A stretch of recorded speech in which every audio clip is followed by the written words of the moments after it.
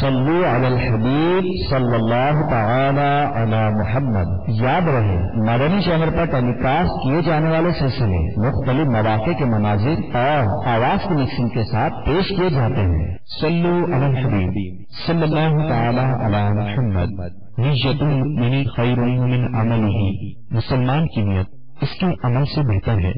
اللہ عز و جل کی رضا پانے اور ثواب کمانے کی غرض سے سلسلہ دیکھنے سے پہلے اچھی اچھی نیتیں فرما لیجئے۔ اللہ کی رضا کی خاطر علم دین حاصل کروں گا، سیکھ کر دوسروں تک نیکی کی دعوت پہنچاؤں گا، خاص خاص باتیں لکھوں گا، اول تا آخر دیکھوں گا۔ صلو علی الحبیب صلی اللہ تعالی علی محمد۔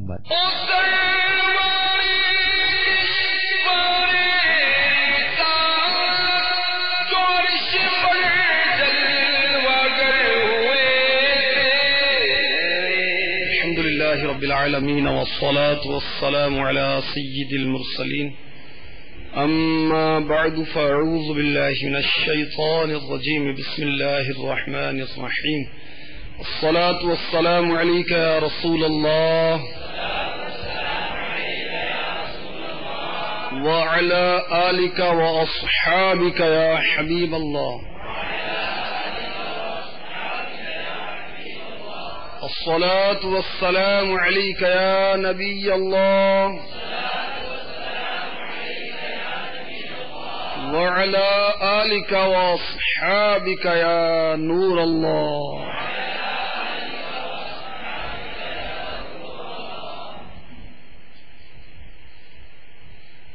میٹھے میٹھے اسلام بھائیوں، مدنی چینل کے ناظرین، شب اسراء کا دولہ رجب المرجب کے سلسلے میں ایک بار پھر حاضری ہے، آپ کو خوش آمدید کہا جاتا ہے۔ آئیے پہلے فرمان مصطفیٰ صلی اللہ علیہ وسلم سماعت فرمائیے۔ سنن نسائی جلد 1 صفحہ 191۔ جس نے مجھ پر ایک بار درود پاک پڑھا، اللہ عز و جل اس پر 10 رحمتیں نازل فرماتا ہے، 10 گناہ مٹاتا ہے، 10 درجات بلند فرماتا ہے۔ آقا پر ایک درود پڑھا جائے 10 رحمتیں نازل ہوتی ہیں، 10 گناہ مٹتے ہیں اور 10 درجات بلند ہو جاتے ہیں۔ صلو علی الحبیب۔ میٹھے میٹھے اسلام بھائیوں، مدنی چینل کے ناظرین، شب اسراء کا دولہ سلسلہ ہے۔ اس میں سید اعلی حضرت کے قصیدہ معراجیہ کے اشعار ہم پڑھنے، سننے، سمجھنے، سمجھانے کی کوشش کریں گے اور اپنے دلوں کو شب اسراء کے دولہ کے عشق سے روشن و منور کریں گے۔ وہ سرور کشور رسالت جو عرش پر جلوہ گر ہوئے تھے، نئے نرالے طرب کے سامان عرب کے مہمان کے لیے تھے۔ پیارے آقا علیہ الصلوۃ والسلام جو کہ تمام نبیوں کے سردار ہیں، عرش پر جلوہ گر ہوئے اور اس سفر معراج میں عرب کے مہمان کے لیے نئے نرالے خوشی کے سامان تھے۔ یہ خوشی کے سامان کیا تھے؟ انشاءاللہ آپ سلسلہ یہ دیکھتے رہیں گے، آپ کو معلوم ہوتا رہے گا۔ تو سفر معراج کا قرآن پاک میں کہاں کہاں ذکر ہے، کس انداز سے ہے، کچھ یہ آپ کی خدمت میں پیش کرنے کی کوشش کرتا ہوں، اور انشاءاللہ عز و جل ترجمہ کنز الایمان سے تفسیر خزائن العرفان اور نور العرفان سے ہم سے سمجھنے کی کوشش کریں گے۔ چنانچہ سورہ بنی اسرائیل، جسے سورہ اسراء بھی کہتے ہیں، اس کی پہلی آیت میں شب اسراء کے دولہ صلی اللہ تعالی علیہ وآلہ وسلم کی معراج کا ذکر ہے۔ سبحان اللہ۔ بسم اللہ الرحمن الرحیم۔ سبحان الذي أسرى بعبده ليلا من المسجد الحرام إلى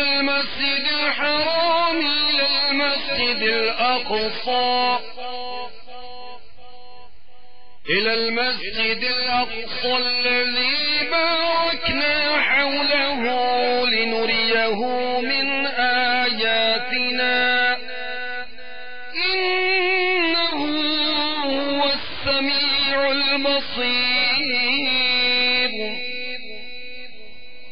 ترجمہ کنز الایمان. اللہ کے نام سے شروع جو نہایت مہربان رحم والا. پاکی ہے اسے، کسے؟ اللہ تعالی کو. تفسیر خزائن العرفان. منزہ ہے اس کی ذات ہر عیب و نقص سے. یہ ہے خزائن العرفان میں.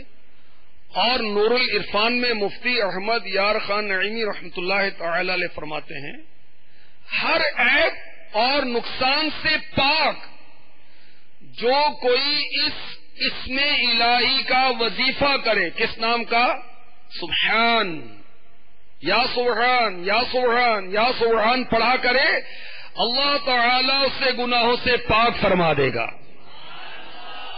گناہوں سے پاک ہونے کا نسخہ مفتی صاحب عطا فرما رہے ہیں. سبحان اللہ، یا سبحان پڑھیے، گناہوں سے پاک ہو جائیں گے.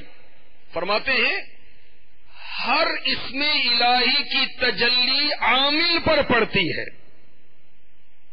جو یا غنی کا وظیفہ پڑھے خود غنی اور مالدار ہو جائے. تو اللہ تعالی کو،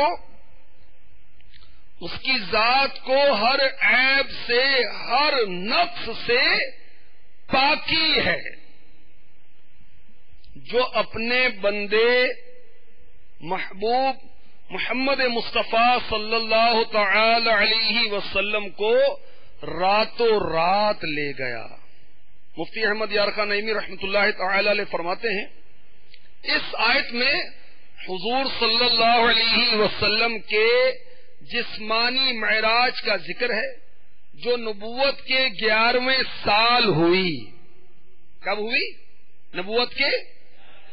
ہمارے آقا علیہ الصلوۃ والسلام کو نبوت کا اعلان کیے 11 سال ہوئے تھے کہ شب معراج ہوئی. تقریباً 631 سنہ عیسوی، مہینہ رجب، تاریخ 27 اور دن پیر، رات کا آخری حصہ بیداری کی حالت میں ہوئی. خواب کی معراجیں اس سے پہلے اور بعد بہت سی ہوئی. اس جسمانی معراج میں نماز پنجگانہ فرض ہوئی، کیونکہ عبد جسم اور روح دونوں کو کہتے ہیں. نیز فقط خواب کی معراج پر کفار اتنا شور نہ مچاتے، نیز خواب کی معراج کو سبحان الذی سے شروع نہ فرمایا جاتا. یہ کلمہ بہت عجیب اور عظیم الشان چیز پر بولا جاتا ہے. مفتی احمد یار خان نعیمی رحمۃ اللہ تعالی علیہ لکھتے ہیں خیال رہے کہ حضور صلی اللہ علیہ وسلم دنیا میں شان رسالت سے تشریف لائے اور رب عز و جل کی بارگاہ میں شان عبدیت سے حاضر ہوئے. اس لیے یہاں عبدہ فرمایا. اللہ تعالی نے یہاں اپنے محبوب علیہ الصلاۃ والسلام کو اپنا عبد فرمایا، اپنا بندہ فرمایا. اللہ تعالی نے اپنے محبوب کو اپنا عبد فرمایا. اس میں کیا حکمت ہیں؟ علماء نے بڑی پیاری پیاری حکمتیں لکھی ہیں. آئیے سنتے ہیں، سمجھتے ہیں. علماء لکھتے ہیں کہ علماء امت کا اتفاق ہے یہاں عبد سے سید کائنات کی ذات مراد ہے صلی اللہ تعالی علیہ وسلم. نبی یا حبیب نہیں کہا گیا، عبد کہا گیا. کیوں؟ حکمت نمبر 1، کہیں نصارا کی طرح آپ کی امت گمراہ نہ ہو جائے. امت کے ذہن میں شب اسرا کے دولہ صلی اللہ علیہ وسلم کی عبدیت اجاگر رہے. نمبر 2، اللہ تعالی کی عبدیت سب سے اعلی وصف ہے. حضرت امام ابو علی دقاق علی رحمت اللہ الرزاق فرماتے رسالہ کشیریہ میں ہے، کسی مومن کے لیے عبدیت سے بڑھ کر کوئی کامل و اعلی وصف نہیں ہو سکتا. یہی وجہ ہے کہ اللہ تعالی نے اعلی مقامات پر آپ کا تذکرہ اسی لفظ سے کیا. مثلا شب معراج، سبحان الذی اسری بعبدہ، پاکی ہے اسے جو اپنے بندے کو راتوں رات لے گیا. اور نزول وحی کے حوالے سے فرمایا سورہ کہف کی پہلی آیت، الحمدللہ الذی انزل علی عبدہ الکتاب، سب خوبیاں اللہ کو جس نے اپنے بندے پر کتاب اتاری. تبارک الذی نزل الفرقان علی عبدہ، سورہ فرقان کی پہلی آیت، بڑی برکت والا ہے وہ کہ جس نے اتارا قرآن اپنے بندے پر. سورہ نجم میں ارشاد ہوا فَأَوْحَى إِلَىٰ عَبْدِهِ مَا أَوْحَى، اب وہی فرمائی اپنے بندے کو جو وہی فرمائی. بہت ساری حکمتیں علماء نے بیان کی ہیں اور بہت ساری آیات کوڈ کی ہیں اس سلسلے میں. امام فخر الدین رازی رحمۃ اللہ تعالی علیہ اپنے والد کے حوالے سے لکھتے ہیں کہ شب معراج جب محبوب رب مقام عالی پر پہنچے تو اللہ تعالی نے فرمایا اے محمد صلی اللہ تعالی علیہ وسلم، میں تمہیں کون سا لقب عطا کروں. ہمارے آقا محبوب خدا صلی اللہ علیہ وسلم نے عرض کیا یا رب مجھے اپنا بندہ بنا لے. تو اللہ تعالی نے سبحان الذی اسری بعبدہ میں وہ لقب آپ کو عطا فرمایا جو محبوب نے چاہا. تو اللہ تعالی نے شب معراج اپنے محبوب کو اپنا عبد فرمایا اور ہمارے آقا علیہ الصلوۃ والسلام نے اسے پسند فرمایا. علماء لکھتے ہیں کہ کائنات میں سب سے کامل عبدیت پیارے آقا علیہ الصلوۃ والسلام کو حاصل ہوئی. تمام کائنات عبد کہلاتی، سب کہتے ہیں ہم اللہ کے بندے، لیکن جسے اللہ تبارک و تعالی اپنا بندہ فرمائے اس کی بات ہی کچھ اور ہے. یہ بڑا فرق ہے. عبد اپنے مالک کے سلام و کرم کا منتظر ہوتا ہے، لیکن جسے مقام عبد ہو مل جائے خالق کا اس پر ایسا کرم ہوتا ہے کہ خالق و مالک عز و جل خود اس کا انتظار فرماتا ہے. سبحان اللہ.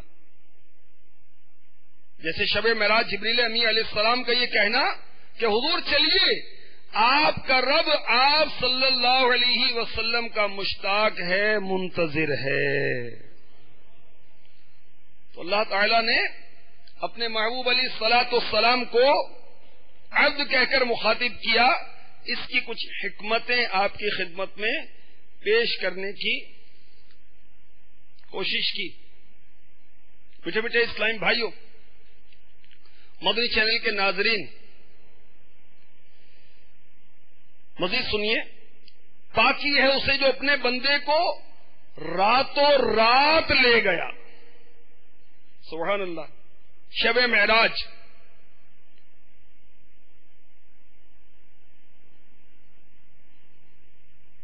تو معراج کے لیے رات کا انتخاب ہوا.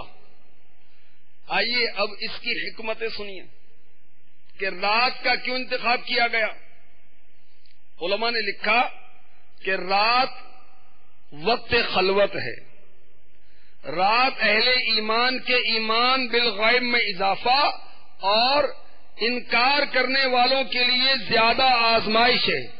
رات دن پر فضیلت رکھتی ہے کہ ہر رات میں ایک ایسی گھڑی آتی ہے جس میں دعا قبول ہوتی ہے. ہاں دن میں جمعہ ہے کہ اس میں یہ ساعت آتی ہے. رات پہلے ہے دن بعد میں. اسلامی تاریخ کے لحاظ سے پہلے رات آتی ہے بعد میں دن آتی ہے. ڈیٹ چینج ہوتی ہے, وہ پہلے مغرب میں ڈیٹ تبدیل ہو جاتی ہے. اور نزول قرآن کی ابتدا کب ہوئی؟ رات میں. انا انزلناہ فی لیلۃ القدر. سبحان اللہ. شب قدر میں نازل ہوئی نا. سب سے بڑی نعمت دیدار الہی ہے, اور یہ نعمت بھی ہمارے آقا علیہ الصلوۃ والسلام کو رات کو ہی نصیب ہوئی. علماء نے لکھا کہ معجزہ شق القمر بھی رات کو ہوا, ہجرت بھی رات کو ہوئی, غار ثور میں داخلہ بھی آقا علیہ الصلوۃ والسلام کا رات کو ہوا. آقا علیہ الصلوۃ والسلام اکثر سفر بھی رات کو ہی کیا کرتے تھے. علماء نے بڑی پیاری بات لکھی کہ پیارے آقا علیہ الصلوۃ والسلام کے لیے شب معراج, شب اسرا لیلۃ القدر سے بھی افضل ہے, کیونکہ آپ نے اس شب اپنے رب عز و جل کا چشمان سر سے دیدار کیا. وہ سرورے کشور رسالت جو عرش پر جلوہ گر ہوئے تھے, وہ سرورے کشور رسالت جو عرش پر جلوہ گر ہوئے تھے. نئے نرالے عرب کے ساما, عرب کے مہمان کے لیے تھے. باقی حسین جو اپنے بندے کو راتوں رات لے گیا مسجد حرام سے مسجد اقصی تک. مسجد حرام جو ہے مکہ مکرمہ میں جہاں کعبہ ہے, یہ مسجد الحرام ہے. اب مسجد اقصی کا فاصلہ کتنا ہے؟ 40 منزل, 1.25 مہینہ سے زیادہ. سبحان اللہ. تفسیر نور العرفان میں ہے مسجد حرام سے مراد حرم شریف اور مکہ معظمہ ہے. یہ معراج حضرت ام ہانی رضی اللہ تعالی عنہا کے گھر سے ہوئی. بیت المقدس مسجد الحرام سے بہت دور ہے, اس لیے اسے کہتے ہیں اقصی, یعنی دور والی مسجد. اقصی کا کیا مطلب ہے؟ دور والی مسجد. سبحان اللہ. اور اگر دور والی مسجد سے 7واں آسمان پر جو بیت المعمور ہے وہ بھی مراد ہو سکتی ہے. مفتی احمد یار خان نعیمی رحمۃ اللہ تعالی علیہ لکھتے ہیں کہ بیت المقدس تک یہ معراج, یہ قطعی, یہ یقینی, اس کا منکر یعنی انکار کرنے والا کافر ہے, اور آسمانی معراج کا منکر گمراہ ہے. اگر اس لیے انکار کرتا ہے کہ آسمان کے کھلنے اور پھٹنے کو ناممکن جانتا ہے تو بھی کافر ہے. میٹھے میٹھے اسلامی بھائیوں, مدنی چینل کے ناظرین, سبحان اللہ. اللہ تعالیٰ نے اس شب اپنے محبوب علیہ الصلوۃ والسلام کو اپنا دیدار کرایا, عرش پر بلایا, سدرہ پر بلایا, جنت کی سیر کرائی, دوزخ کا معائنہ کرایا, اور طرح طرح کے عجائب و غرائب کا معائنہ کروایا. وہ سرورے کشور رسالت جو عرش پر جلوہ گر ہوئے تھے, نئے نرالے عرب کے ساما, عرب کے مہمان کے لیے تھے. انشاءاللہ کل مزید اس کی وہ ہم تفصیلات سننے سمجھنے کی سعادت حاصل کریں گے انشاءاللہ عز و جل.